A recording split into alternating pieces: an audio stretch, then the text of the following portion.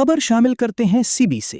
ہمارے bureau chief کی اس report میں دارالعلوم محمدیہ غوثیہ بخاری آباد سبی کے زیر اہتمام ایک پروقار اور روحانی محفل قرآن و اہل بیت کانفرنس و جلسہ دستار فضیلت حافظ کرام نہایت عقیدت و احترام کے ساتھ منعقد کی گئی۔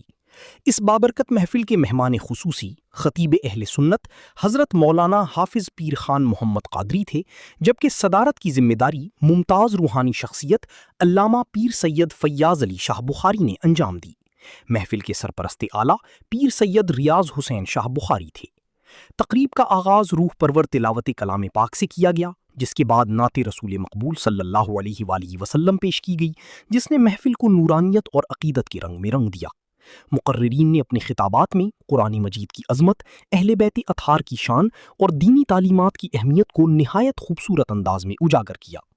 اس موقع پر حفاظ کرام کی دستار بندی کی گئی، جو اس بات کی علامت ہے کہ انہوں نے قرآن مجید کو اپنے سینوں میں محفوظ کرنے کی عظیم سعادت حاصل کی۔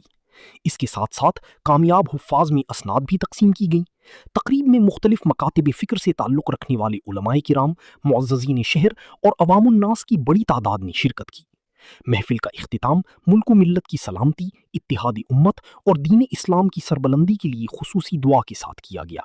یہ روحانی اجتماع نہ صرف دینی شعور کو اجاگر کرنے کا ذریعہ بنا، بلکہ نئی نسل کو قرآن و سنت سے وابستہ رہنے کا پیغام بھی دے گیا۔